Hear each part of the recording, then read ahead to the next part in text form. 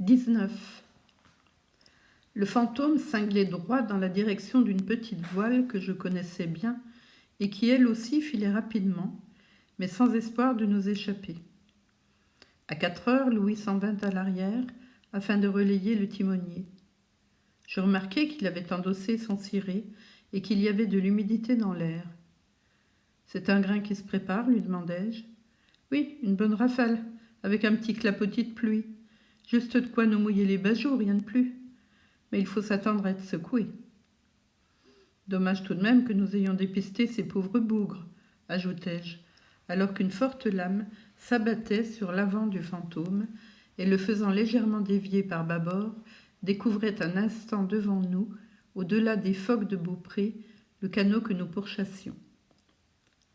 Louis donna un tour de roue pour remettre la goélette dans la bonne direction et répondit : « Je crois qu'il n'aurait jamais pu toucher terre, monsieur Van Weyden. »« Ah, vraiment ?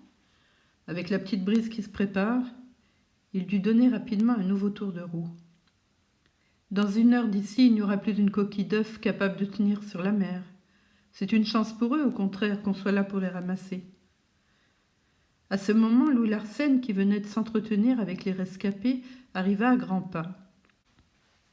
L'élasticité féline de sa démarche était plus marquée qu'à l'ordinaire et ses yeux brillaient. « 3 graisseurs et un 4e mécanicien, me dit-il, mais nous en ferons des matelots ou des rameurs. À propos, et la dame ?» À sa question, je ressentis un serrement de cœur, je ne sais pourquoi, et une angoisse dont je n'étais pas maître, m'étreignit. Je me contentai pour réponse de hausser les épaules d'un air indifférent. Louis Larsen, les lèvres pincées, émit un sifflement railleur. « Enfin, reprit-il, comment s'appelle-t-elle ? » « Je l'ignore, je ne lui ai pas demandé. »« Elle dort en ce moment. Elle était éreintée. Sur quel bateau se trouvait-elle ? » ?»« Un paquebot courrier, répondit-il brièvement. The City of Tokyo, de Francisco à Yokohama, désemparé par la tempête. Un vieux sabot qui faisait haute partout. Une vraie passoire. Ils ont été 4 jours en dérive. »« Alors vous ne savez vraiment pas qui elle est, jeune fille, femme ou veuve ? » ?»« Bien, très bien. » Il secoua la tête d'un mouvement railleur. « Êtes-vous... » J'allais lui poser une question qui me brûlait la langue et lui demander s'il comptait conduire les naufragés à Yokohama. Je me retins. « Suis-je quoi ? » interrogea-t-il.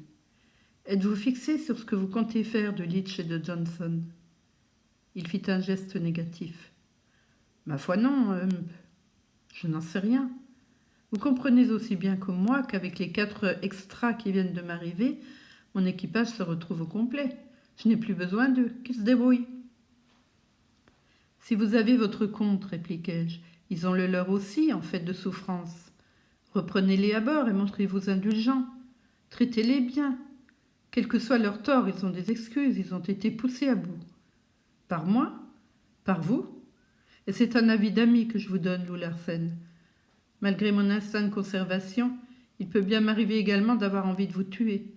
Si vous maltraitez trop ces malheureux, je ne réponds de rien. » Louis Larsen s'exclama. « Bravo, bravo, vous me rendez fier de vous. Vous êtes de plus en plus d'aplomb sur vos jambes et je vous en félicite bien sincèrement. Une vie trop confortable vous avez amolli. Mais il y avait de l'étoffe en vous. Vous vous réveillez, je vous préfère comme ça. » Puis cessant de railler, il reprit d'une voix grave. « Croyez-vous, monsieur Van Weyden, que toute promesse doit être tenue ? Qu'une promesse est une chose sacrée ? » ?»« Certainement, je le crois. »« Parfait. Eh bien, voici ma proposition. Si je vous promets de ne pas porter la main sur Leach et sur Johnson, me promettez-vous en retour de ne pas tenter de me tuer ? » Et il se hâta d'ajouter : « Oh, ce n'est pas que j'ai peur de vous. Non, non, je ne vous crains pas. » J'étais un peu abasourdi et ne savais trop que penser. « Est-ce promis ? » demanda-t-il impatiemment, en comédien consommé qu'il était. « Oui, répondis-je. » Il me tendit la main et comme je la serrai cordialement, il me sembla voir dans ses yeux ricaner un démon moqueur. Nous fonçâmes sur le canot que nous avions gagné de vitesse et qui maintenant était proche de nous. Sa situation était désespérée. Johnson était au gouvernail et Leach écopait. Lou Larsen fit un signe et le timonier donna un tour de roue, de façon que nous passions à portée de l'embarcation qui nous fut bientôt parallèle.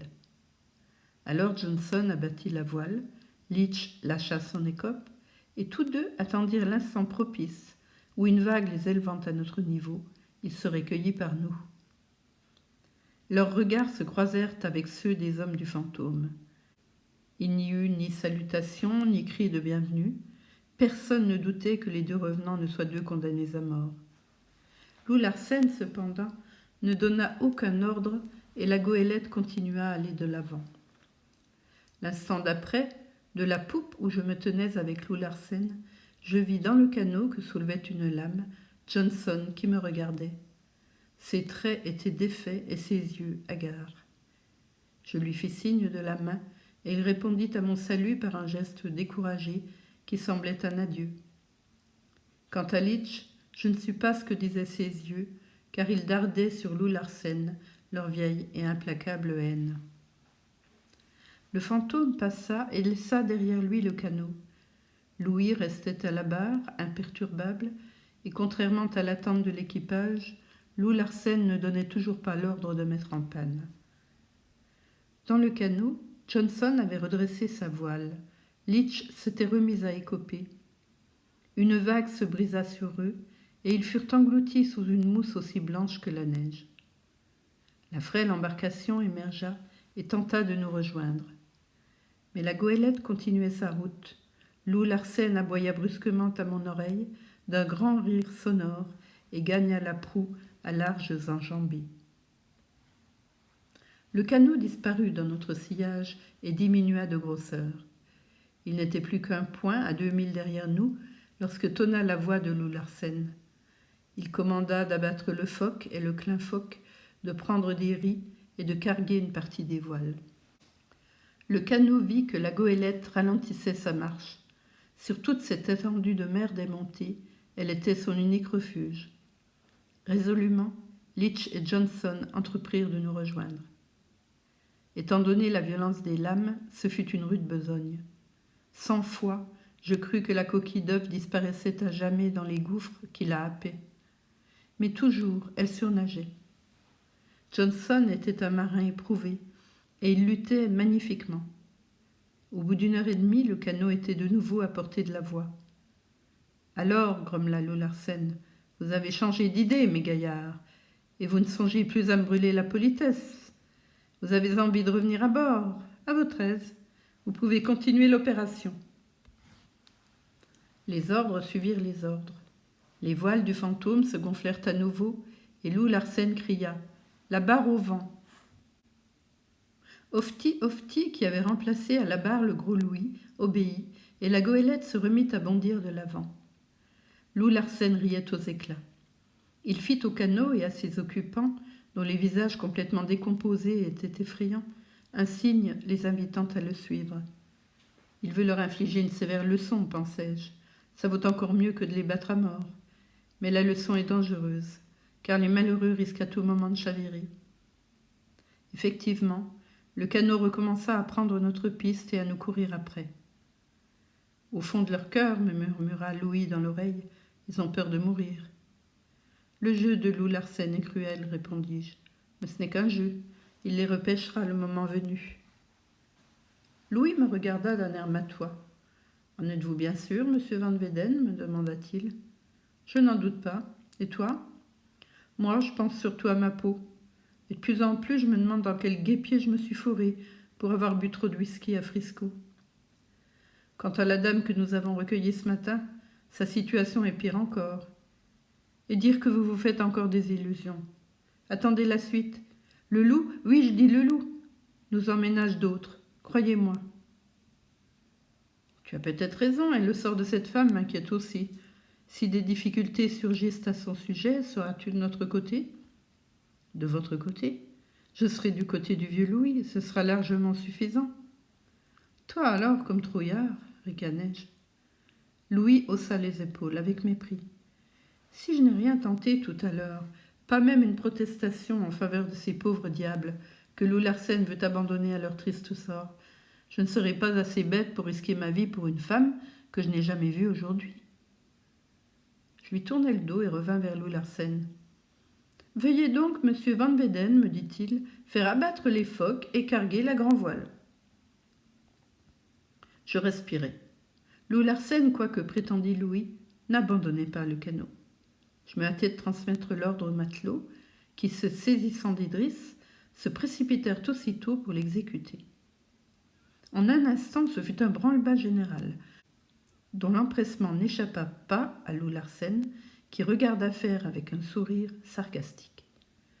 Le canot était à plusieurs milles à l'arrière, mais il regagna peu à peu sur nous. Tout le monde à bord braqua ses yeux vers lui, et Loup Larsen comme les autres. La petite embarcation bondissait sur les lames ou plongeait au creux des vagues dans le même rythme inlassable. Elle piquait dans les abîmes ou s'élançait vers le ciel. Il semblait impossible qu'elle pût continuer longtemps. Mais cet impossible, elle l'accomplissait. Un grain passa et la pluie nous voila le canot. Quand elle cessa, emportée par le vent, il était à 20 mètres de nous. « La barre au vent, toute !» hurla Loup Larsen, en se précipitant lui-même vers la roue, qu'il prit des mains du canaque et qu'il fit tourbillonner. Une fois de plus, les voiles se gonflèrent et vent arrière, le fantôme reprit sa course. La poursuite désespérée recommença elle aussi. Elle dura pendant 2 heures encore. Le même manège se renouvelait sans arrêt. Nous ralentissions et mettions en panne, puis nous repartions pour ralentir, remettre en panne et repartir. Et toujours le petit bout de voile luttait, alternativement jeté vers le ciel pour retomber dans les vallées liquides. Un grain plus violent que le précédent le cacha à notre vue, tandis qu'il se trouvait à 1/4 de mille en arrière. Il ne reparut jamais. Lorsque l'atmosphère se fut éclaircie, aucun bout de toile ne surgissait plus sur les flots agités.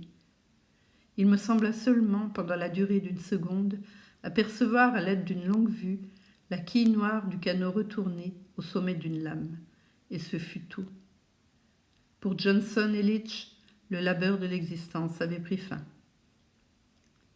Les matelots restaient en groupe sur le navire, comme hébétés. Ils n'osaient même pas s'interroger des yeux et semblaient ne pas se rendre compte exactement de ce qui venait de se passer. Loup Larsen ne les abandonna pas longtemps à leurs réflexions. Il claironna ses ordres et remit le fantôme sur sa vraie route, qui n'était pas la route de Yokohama, mais celle du troupeau de phoques. Mollement, les matelots se mirent à tirer sur les manœuvres et à hisser les voiles, et j'entendis proférer des malédictions à l'adresse de Loup Larsen. Il n'en était pas de même des chasseurs qui trouvaient évidemment la farce excellente. Smoke, l'incorrigible, entama une plaisante histoire et tous à sa suite dégringolèrent dans le poste en s'esclaffant. Un des hommes que nous avions recueillis, celui qui était mécanicien de son métier, vint à moi et m'accosta. Son visage était pâle et ses lèvres tremblaient. « Bon Dieu, me dit-il, sur quel bateau sommes-nous tombés ?» Une angoisse affreuse m'étreignait le cœur et je répondis presque brutalement. « Vous avez des yeux ? Vous avez vu, non ?» Je rejoignis Loup Larsen et lui demandai brusquement. « Et votre promesse ? Qu'en avez-vous fait ?»« Je l'ai tenue, me répondit-il. « Je vous ai promis de ne pas porter la main sur Leach et sur Johnson quand ils seraient revenus à bord.